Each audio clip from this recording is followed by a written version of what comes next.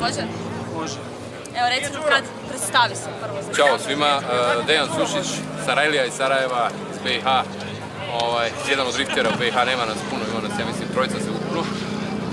Ja sam tu već dosta godina vozim drift, nekih 4-5 godina i od prvog CDC-a sam ovdje, međutim imao sam jednu pauzu od godinu dana odmora i familija, kolice i tako dalje, tako da sam sad ponovno se vratio da nastupam, da idemo malo bolje.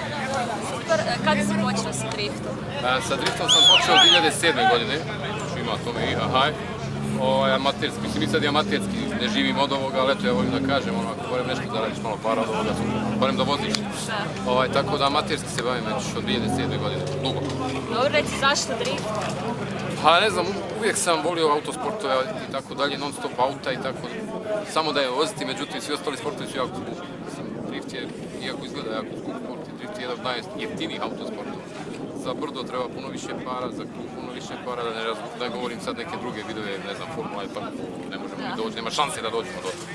Tako da drift je jedan od sportova koji je jako adrenalinski i ono što je meni jako bitno je da je publika uživa u ovom sportu. Znači on nije samo sport za vozače, mi volimo voziti, nama je super, ali cilj je da mi vozimo i za publiku. Znači malo tu šova i da se nekad i okrenemo i sudarimo i tako dalje, mislim sve je to dio ovog sporta, a publika to voli, pa publika je došla ovdje da uživa i treba da uživa. Znači mi smo showmeni, moramo napraviti show za njih. Recimo, koji je bio tvoj prvi auto? Prvi auto kao ikad, prvi auto ili moj prvi drift auto? To je prvi drift auto. Evo ga. A još uvijek? Da, to je taj prvi drift auto, znači to je moj prvi drift auto. Nissan 200SX S13, 1.8 turbo, znači prerađen je, mehaničar to prerađuje fenomenalno. Znači tu je mehaničarska ekipa, oni to održavaju fenomenalno, mislim da ga ja održavam, vjerovatno bi ga zapalio na prvoj trci i to je bilo to. Završio bi s tim. Tako da ovaj auto ima 320 konja otprilike negdje. Mislim, nekad mu malo fali toga, nekad mu ima dovoljno, ali eto sve zavisi. Uvijek najčešće do vozača, znači auto je solidan, radi, sluša, ja sam taj koji griješi. Dobro, reci mi nekakav osjećaj, znači od trenutka startanja do prvog zavoja. Presporo ide. Znači to mi je, pa ne, to je osjećaj u tom momentu kad krenem da vozim, onda vozim i onda razmišljam samo o vožnji, ni o čemu drugom.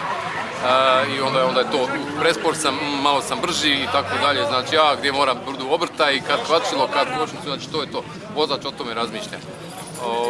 Barem na treninzima, na takmičenjima i tako dalje. A kad je show, onda se ne razmišlja ni o čemu, znači prva krivina tu je, kad dođe, kad vrijeme je to instinkt, se dešava ručna i idemo kroz krivinu.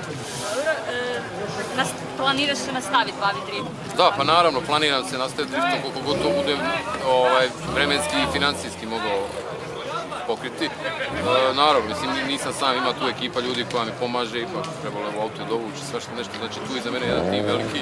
Ovo ne može čovjek sam da radi, može, ali jako teško, pogotovo kad krene jedan nivo ovakvo takmičenje, znači da dolaze profesionalci, profesionalni takmičari, onda nastaju problemi, onda već treba da ima se tim.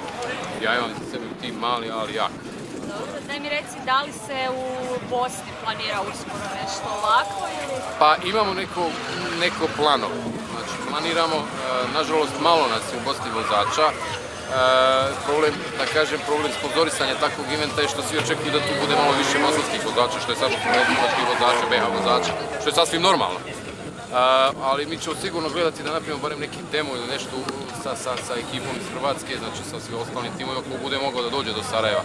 Isto tako planiramo da zovemo ekipu iz Srbije, da probamo napravimo u ovoj godini barem jedan demo, da pokažemo BH publici šta znači drift i da to nije samo paljenje guma i tako dalje, napravimo te neki show.